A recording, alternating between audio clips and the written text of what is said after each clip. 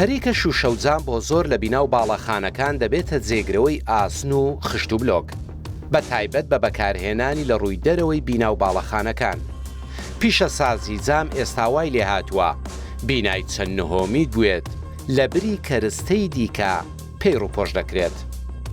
تایبەتمەندیە باشەکانی ئەوەیە زوو کارەکە تەواو دەبێت، تێچووی کەمە و دیمەنێکی جوانی هەیە.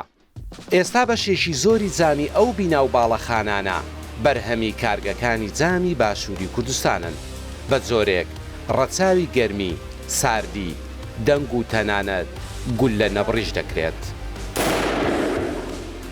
لەم بەرنامەی مێیدین کوردستاندا وەڵامی ئەو پرسیارانە دەدەینەوە: ئەرێ جام و شوشە لە شوێ بکڕین؟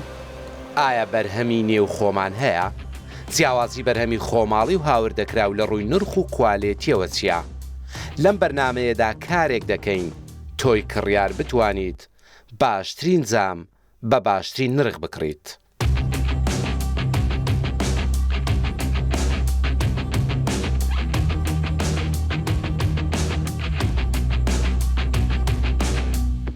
شوشە ئێستا پێویستێکی تاک بە تاکی هەموو خەڵکە. خۆ ماڵ و خانووتە بێت ئەبێ ڕۆشناییەکە بێت، ئەم ڕۆشناییە بە شوشە دروستە بێت.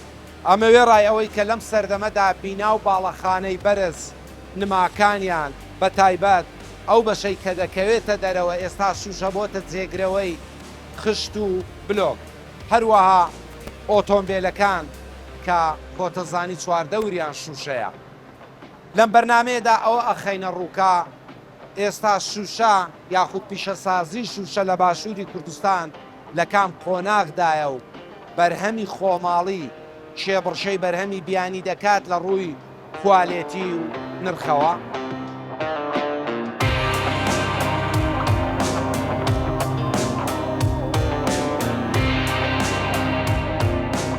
خێرایی لە ئامادەکردن، گونجاوی نرخ و کوالێتی باش وای کردووە بەرهەمی پیشەسازی جامی نێوخۆ لە بازاڕەکاندا خواستی زۆری لەسەر بێت. لە سای ئەو پیشەسازیەشدا هەزاران هەلی کاری دابین کردووە. بەرهەمی پیشەسازی ناوخۆی هەرێمی کوردستان ئێستا لەکوێی کوالێتی و نرخی بیانیدایە؟ لە ڕووی کوالیتیەوە شان بەشانی وڵاتانە، لە ڕووی نرخیشەوە لە ئێستەیە وەک وڵاتان هەیە.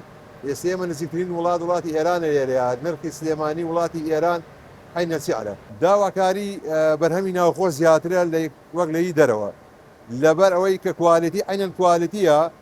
دووەمیش ئەو قیاسانە کە ئەدرێ پێمان لە زووترین کاتە توانین تەسلیمی بکەینەوە. یعنی خێراییەکە هۆکاری فرۆشی زۆرە. بەڵێ بەتاکی دوایە. پیشەسازی شوشەوای لێ هاتووە تۆ مەسەلەن بە هەر چەشنێک بە هەر زۆرێک بتەوێت توانی دروستیکەی بۆ بیناو بە هەر شێوەیەک بتەوێت ئەتوانرێت دروست کرێت، بە سکۆرێتی، بە دەبڵجام، بە لامینێت، بە شوشەی لوئی هەر شتێکت بێت توانین لێرێمە حازری کەین و لە زووترین کاتە تەسلیمی بکەین.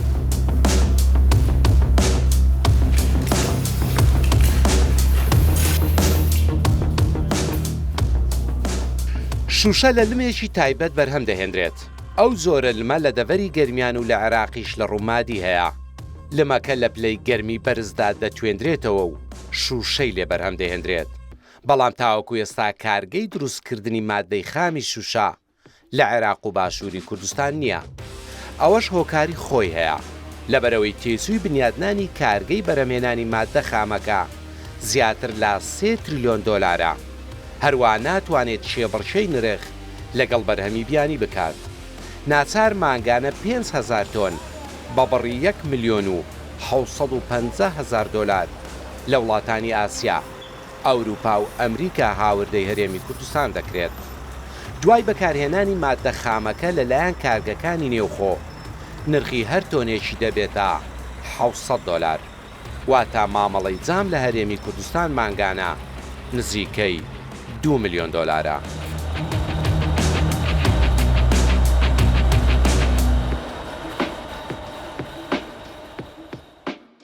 لە باشووری کوردستان 10 کارگەی شوشە هەن. کارگەی بازیان یەکێ لە کارگە گەورەکانە و ساڵی 2011 دەستی بەکارکردن کردووە. ڕۆژانە 50 تۆن شوشە با قەبارە و ڕەنگی جیاجیاوە دەکاتە پیشە سازی جۆرا و زۆر.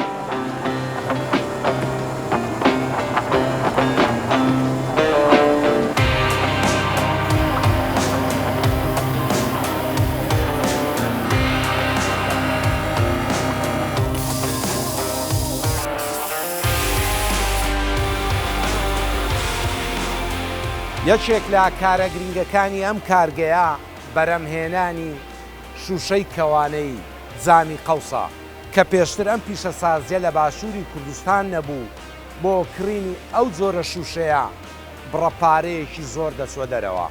ئەم کارگەیە لەسەر ڕووبەری 11,000 مەتر دووجا دەکەوێتە ناوەندی شارۆچکەی بازیان. کارگەکە هەلیکاری بۆ 100 گەنجی ناوچەکە ڕەخساندووە. شوشەی سکوێرێت، لامینات، جامی کەوانەی و گول لە نەبڕ دروست دەکات. خاوەنی کارگەکە بازرگان بووە. لە گەشتێکدا بۆ وڵاتی چین بیرۆکەکەی لا دروست بووە. هەر لەوێ کارگەی کڕیوە و چینیەکانیش بۆیان دامەزراندووە. پاش دامەزراندنی کارگەکە ڕاهێنانیان بە کارمەندەکان کردووە تاوەکو بوونەتە وەستای باشی دروستکردن و بەرەمهێنانی جام.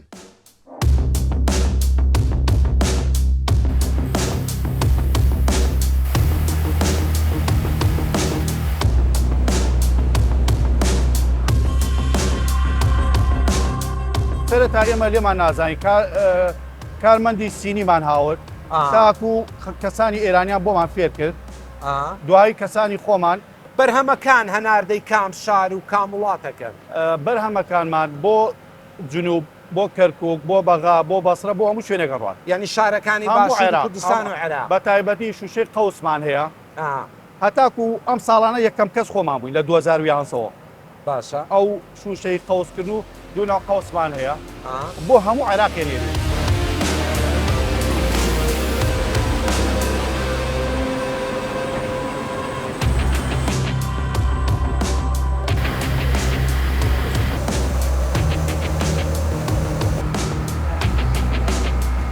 یەکەم قۆناغی پیشەسازی شوشە ئەندازە و دیزاینکردنیەتی بۆ بڕین و سافکردن.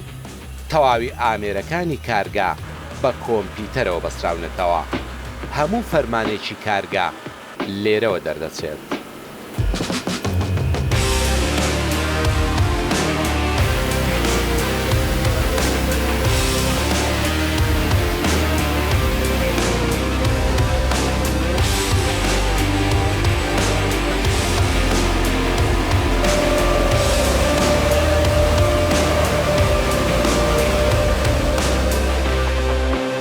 یەکەم قۆناغ کاری تۆیە بۆ پیشە سازی شوشە کارەکە چییە؟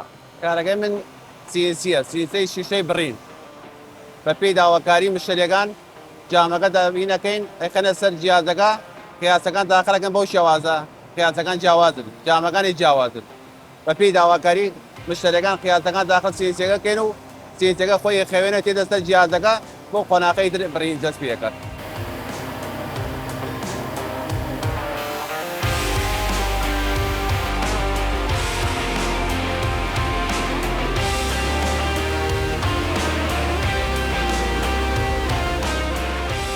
یەکەم کاری دوای بڕین تاشینی چواردەوری جامەکەیە.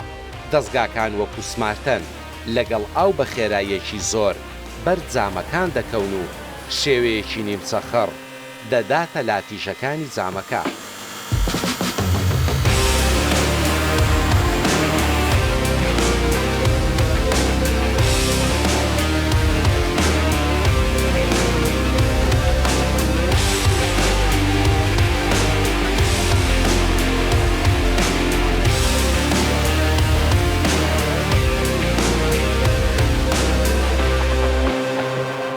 سەرەتای دۆزینەوەی شوشە بۆ ئەوە سوودی لێوەردەگیراکە وەک ئامێرێکی بڕەڕ بۆ بڕین بەکاردەهات.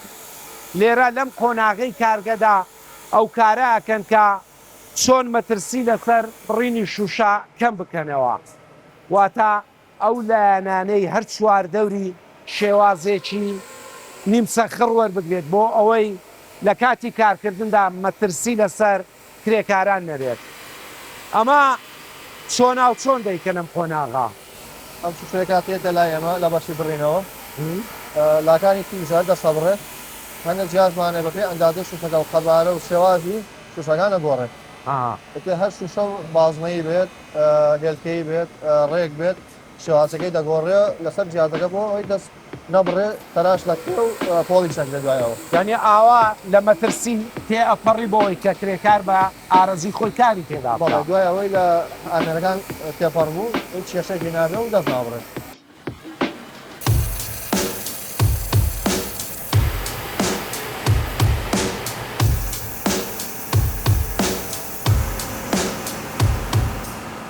دەبێ بەشێک لە جامەکان بە مەبەستی بەکارهێنانی دەستشی دەرگا یاخود هەر پێویستیەکی دیکە کون بکرێن. ئەو پرۆسەیەش لە ڕێگەی چەند دەستگایەکی زیرەکەوە ئەنجام دەدرێن.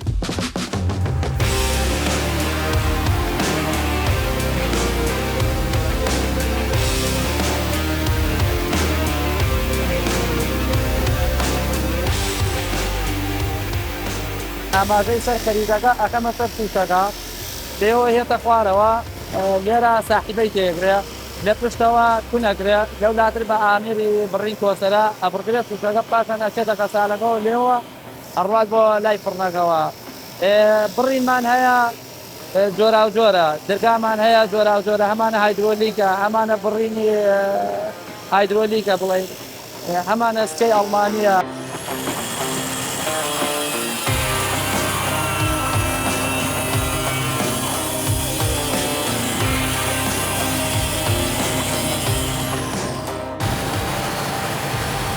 تەواوی ئەو شوشانەی هاوردە دەکرێت بە یەک شێوە بەرهەمهێنراون پێویستە بستنە نێو قۆناغی جیاوازی پیشەسازیەوە تاوەکو شوشە و زامی جیاوازی لێ بەرهەم بهێنرێت وەکو زامی سکوێرێت و زامی لامینات و زامی گول لە نەبڕوو زامی ئاسایی و جۆرەکانی دیکە هەموو ئەو جۆرە جامانە دەستنە نێو فڕن و کوورەی جیاوازەوە کە بە پێی جۆرەکانیان گەرم دەکرێن لە 220 پلەوە دەست پێ دەکات تاوەکو 600 پلەی سیلیزی.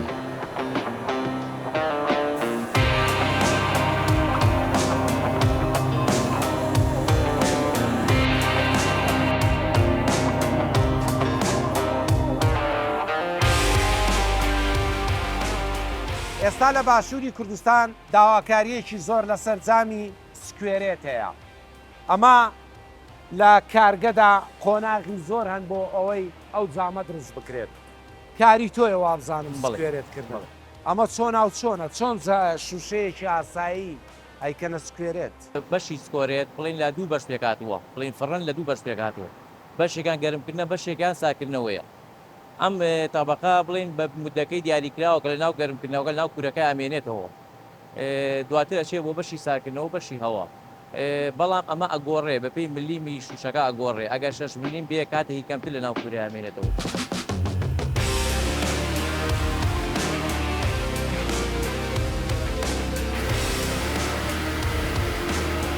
زامی سکوێرێت بەو زامانە دەگوترێت کە زۆر بەهێزن و بە ئەستەم دەشێن لە ئەگەریشکاندا دەبنە پارچەی زۆر بچووک و زیان بۆ سەر مرۆڤ کەم دەکەنەوە.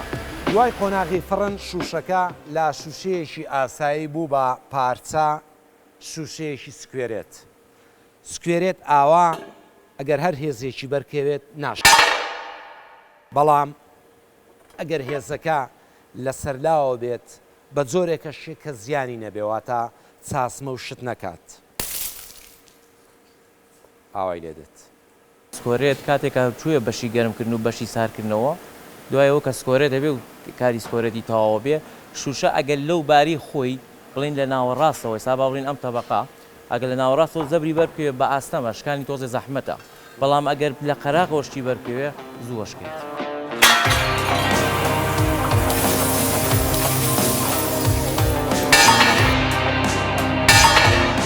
هێندەی زۆرە جیاوازەکانی جام چەندین ڕەنگیشی هەیە. کارگەکانی هەرێمی کوردستانیش بەشی تایبەت بە ڕەنجان هەیە بەڵام ئەم بەشیان بەهۆی شێبڕچێنەکردنی نرخەوە لەگەڵ بەرهەمی بیانی وەستاوە یاخود کەمتر کار دەکەن. داواتان لەلایەنی پەیوەندیدار حکوومەت نەکردووە کە ئێوە توانای بەرهەمهێنانی ناوخۆتان هەیە ڕێگری بکرێت لە بەرهەمی هاوردە؟ وەڵی داوامان کردووە بەڵام زۆر ئەوە نەبووە ئەبێ گومرکی ئەو شتێک کە لە ناوخۆ هەیە ئەوان بازی لەسەر زیادکەن ئەوەیە.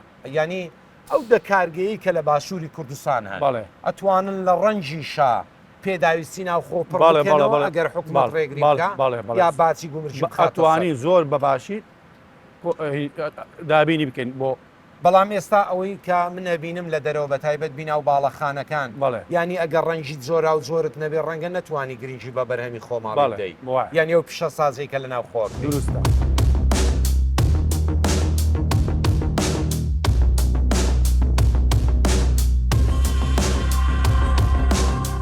لە هەندێک وڵاتی پێشکەوت و مەرجە کە باڵەخانەکان جامەکانیان لۆئی و سکوێرێتی و لامینات بن. ئەم شوشانە کە ئێمە دروستیەکەین نایلۆنی 0.46 و 0.76 و 1.52 کە نایلۆنەکەی PVB و بە ئستافێکی زۆر زیرەک و بە زووترین کات دەتوانێت بە مشتریەکانمان بیگەێنێت. شوشەی درع کە بۆ شوشەی سیارەکانی دیژە تیرۆر و ئەشتارە بەکارێن کە شوشەی درع و فیشەک نای تەقێنێت لە 4 ملیم هەمانە هەتا 40 ملیم. ئەم شوشانە لە بیدایەتەوە لە غەسالەوە تێت جوانە شۆرێت بە ئستافی خۆمان نایلۆنە چواتە بینی دوو شوشە و شوشەکان لە ژێری ئەو کەپسە دەرەچێت. کەپسەکەمان 230 پلە گەرمی هەیە کە بیدایەت هەوای ئەو شوشە دەرەکات و ئەو نایلۆنە کەپسەکاتە هەردوو شوشەکە کە یێتە ئێرە ئەم جیازەمانە دوای ئەوە کە تەواو بووە چواتە ناوی ئۆتۆکلافەکەمان لە ناوی ئۆتۆکلاف 256 پلە گەرمی و 11 بار هەوایە کە تقریبان 2 ساعت بۆ 2 ساعت و نیو بۆ شوشەی خام و 5 ساعت بۆ شوشەی سکۆریت کاتی پێویستە کە لە ناو فڕنەکەمان بێ و دوای ئەوە شوشەی لامینەتمان حازرە. زامە سکویریتی و لامینایتیەکان وا دروست دەکەن کە گوشاری هێزی زۆر بگرن و نەشێن. تاوەکو ئێستا ئەم کارگەیە جامی چەند ماڵێکی کردووە بە گولە نەبڕ جگە لە جامی ژمارەیەکی زۆری ئۆتۆمبیلەکان.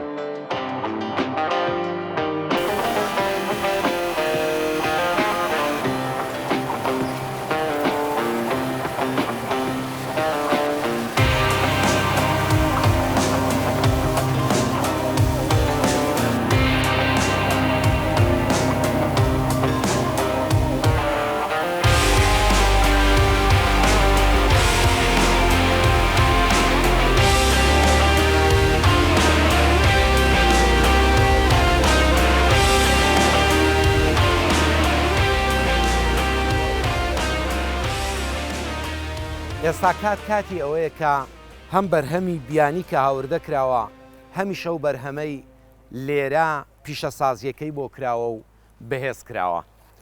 ئەمەیان ئەڵێن ئەگەر بە پیادە ئەم کاکەیە بچێتە سەریەشکێ دروستە؟ شکا با پێکەوەش باشە با پێکەوەش بچینە سەرەوە وەرە سەرەما. بەڵام ئەم شوشەیە کە لێرە لەم کارگەیە پیشەسازی بۆ کراوە ئەبینی کە نەک ناشێ هەرگوێشی لێ نییە بۆیە بە ئۆتۆمبیل تاقیەکەینەوە.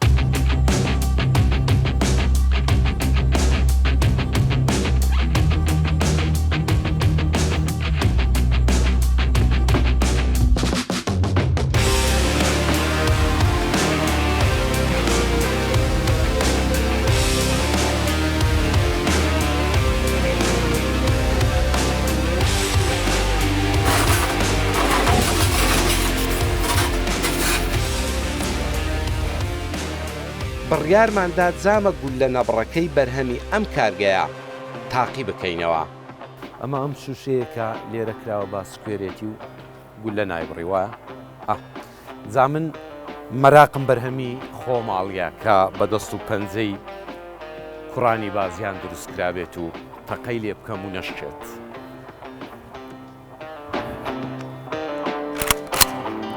جا سێرەشم یەکاویەکە.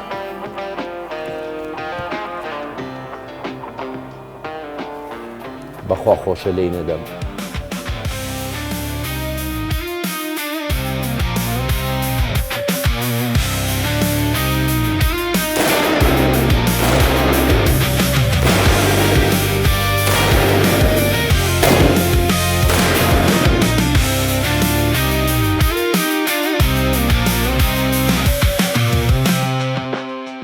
کاتێک بەرهەمەکە مەیدین کوردستان بوو بێگومان کە لە ناو خۆدا دروست دەکرێت بە کوالێتیەکی وا دروست دەکرێت کاتێکە کڕیار هات داوای کرد سبەیەگە تەقەشی لێکرات هەر شتێک بەسەر شوشەکە بێت دێتەوە کارگا بۆ نوعێتی ئەم شوشەی کە ئاوە گوو لە نەبڕە ئەتوانین لایلۆنی 1.52 بەکاربێنین کە دژە شکانە بەم شێوەیە کە ئێستا تاقیمان کردەوە لە هەشت ویشکمان کە توانی بەکاربێنین بەڵام هیچیان نەیبڕی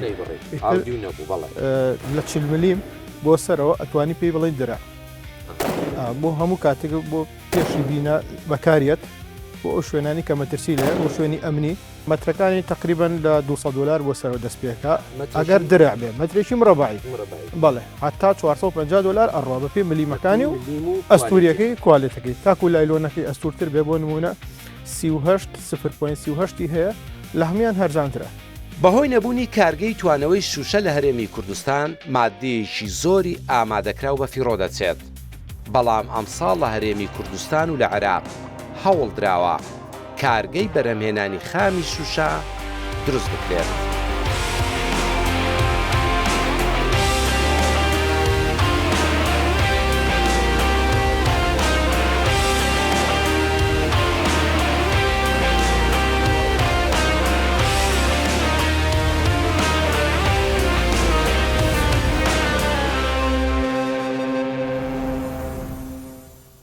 Made in Kurdistan بە سپۆنسەری کاڤین فارم